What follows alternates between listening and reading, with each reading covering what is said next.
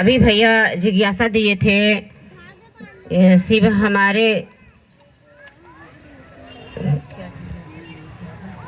मेरा शिव में और दूसरे का शिव में क्या फर्क है? मेरे शिव और दूसरे शिव में क्या अंतर है, इस विषय पर बातें समझाने का प्रयास करेंगे।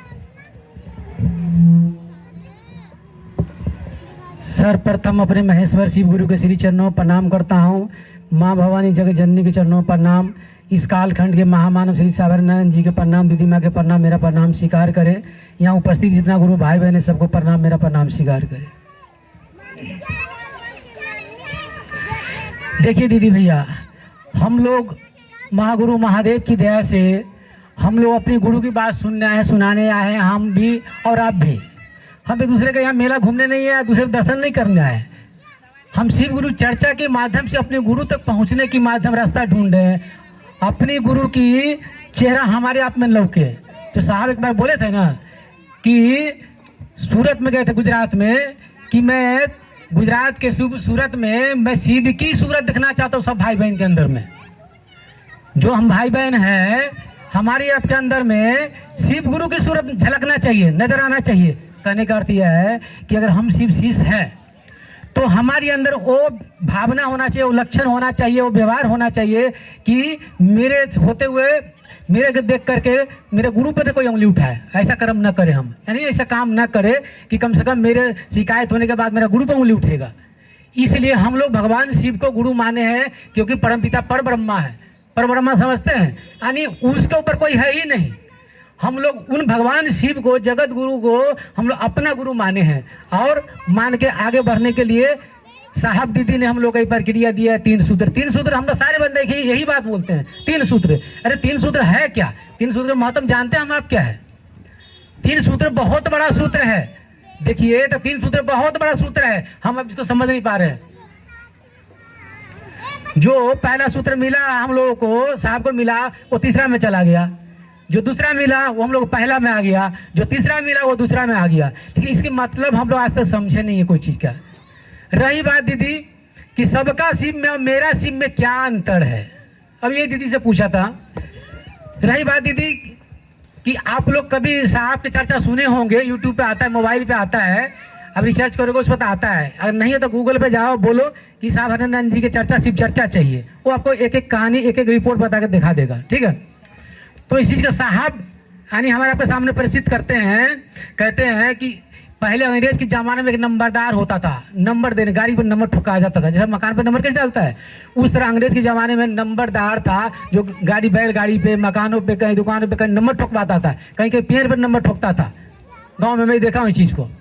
तो वो जो क्या करते थे कि नंबरदार जो थे वो अम्बाला, यही पंजाब के बगल में अम्बाला, यही पंजाब।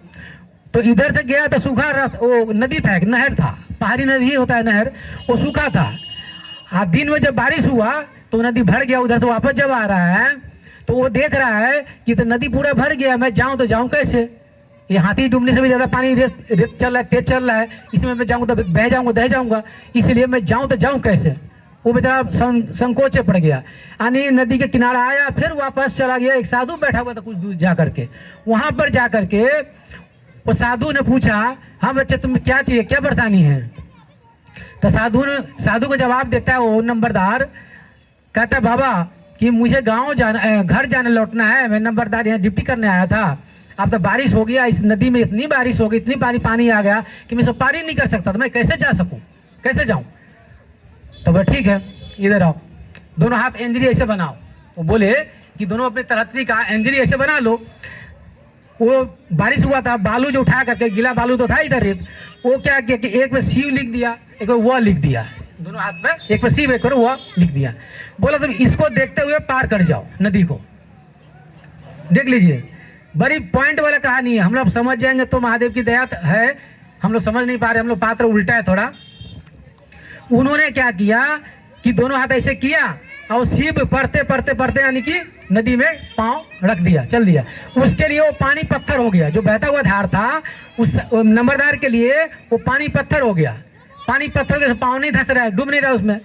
ऐसे चलते 3 हिस्स में 2 हिस्स पार कर गए। जब एक हिस्स बचा था, जब किनारा आने वाला था, तो वो नंबरदार सोच रहा है कि अरे वही शिव में है जो सारा दुनिया पूजा करता है, जो महादेव को जल चढ़ाता है, मेरी माँ बाप चढ़ाता है, दुनिया चढ़ाता है, पूजा करता है, सब कुछ करता है, मेरा बाबा दादा पूजा करके आया, वही शिव है।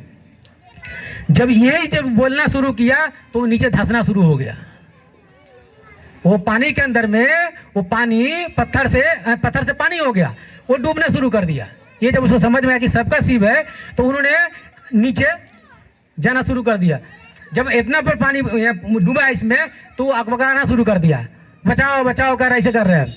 वहाँ साधु बैठा वो देख रहा है चुपचाप किनारे उस साइड से, कह रहा अरे कुछ गाली देकर बात की है साधु, तुम अपने शिव के छोड़ो, मेरे शिव के देखो। तुम अपने शिव के छोड़ करके मेरे शिव के देखो। जब इतना बात बोला ना वहां से साधु, फिर उसने उसको दोनों अंजलि मिलाया। अब मिलाने के बाद शिव पर करके फिर ऊपर हो गया, वो फिर ऊपर हो गया, फिर उसके लिए पानी पत्थर हो गया। तो पानी जब पत्थर हो गया फिर वो किनारा पार करके नदी पार करके निकल गया। निकलने के बाद में देखिए दीदी फर्क इतना ही था कि शिव का साधु का शिव सिर्फ साधु का शिव था कि उसकी बातों पे अगला बंदा नदी पार कर गया बे नाव का, बे कोई सहारा का। यानी उसके लिए साधु जो था, साधु का शिव जो था, उसके लिए पत्थर बना दिया, अपने शिष्य को वचन रखा, लाज रखा कि उसकी बातों पर चलाया, पानी पत्थर हो गया। और जब उसका जो सबका शिव सोचना शुरू किया कि जब सबका शिव है तो डूबना शुरू किया, क्योंकि जो सबका होता किसी अपना का नहीं होता है। आप देखते हो सरकारी बसें चलती हैं तो सब चढ़ता है सब उतरता है, किसी का अपना है, कोई तोड़ रहा है, कोई फोड़ रहा है, कोई मतलब उससे। सरकारी रोड है सबका है, कोई तोड़ रहा है, कुछ भी कर रहा है। अगर अपना मकान के नींव के पास चले जाओ, कोई अगर ईंट पटकता है, कोई कीट ठोकता है, हट हट हट, टूट जाएगा मेरा मकान। क्यों? अपना समझते हो ना। अगर जिस दिन शिव को आप अपना समझ लोगे उस दिन हकीकत में आप शिव शिष्य होने के कदार में लाइन में आ जाओगे। इस चीज को साहब कहते हैं, हम लोग नहीं कहते दीदी। और यहाँ सब भाई बहन, हम लोग गुरु भाई बहन हैं, यहाँ कोई गुरु नहीं है सिर्फ शिव के सिवा। ये चीज को मेरे साहब ने खुद कहते हैं इस चीज को। तो आप लोग ही मान के देखो, हम लोग 3 सूत्र क्या, 3 सूत्र बहुत अच्छा सूत्र है। देवी देवता क्या है? देवी देवता सारा दुनिया पूजा करो, आप सारा देवी देवता के पूजा करो। संसार में जिसको पूजा करते पूजा करो, जिसको मानते मानो, माता के, पिता के, सास के, ससुर के, समाज के, जिसको जो हमारी सम्मान है, मान है, इज्जत है, वो मानना चाहिए, चलना चाहिए लेके। क्योंकि देवी देवता के अर्थ होता है देने वाला। हम लोग देवी देवता घर में रख के पूजा करते हैं, अपने कोई कुल देवता है, कोई मंदिर में जाते हैं, तो देवी देवता का अर्थ होता है देने वाला। का मतलब क्या है? देवी देवता का पूजा करने के लिए हम लोग समझ चाहिए, ज्ञान चाहिए, कौन मंत्र कहाँ पढ़ा जाएगा, कौन कलावा कहाँ बांधा जाएगा, कौन फूल कहाँ चढ़ाया जाएगा, उसको तो ज्ञान चाहिए ना। तो इसलिए हम लोग का गुरु के जीवन में जरूरी पड़ता है, मानव के जीवन में गुरु का जरूरी पड़ता है। जानवरों को क्यों नहीं पड़ता है? क्योंकि जानवरों के भगवान ने उतना सिखा के भेजा है। अगर मानव के बच्चा को 6 महीने के बच्चे का पानी फेंक दो तो डूब जाएगा, लेकिन जानवर का बच्चा 6 महीने का पानी फेंक दो तैर के बाहर आ जाएगा। क्यों? कि परमात्मा ने उसको इतना शक्ति विकल्प दे रखा है, इस कारण में उनको गुरु की जरूरत नहीं पड़ता है। हमारे आपके बात मानते हो, जानवर जो है किसी गाय के देखो, भैंस के देखो, बकरे के देखो, बोला आ जाते हैं, खाता है, ठीक है। तो हम लोगों की बात जानवर भी समझता है, लेकिन हम लोग भाषा नहीं बोल सकता है, लेकिन कभी कभी हम लोग उनका भी भाषा समझ जाते हैं। यही बात है दीदी। उन दिन से पूछा था मैं कि प्रेम में प्रवाह होता है या प्रवाह में प्रेम दिखता है? कहने का मतलब यह है कि कम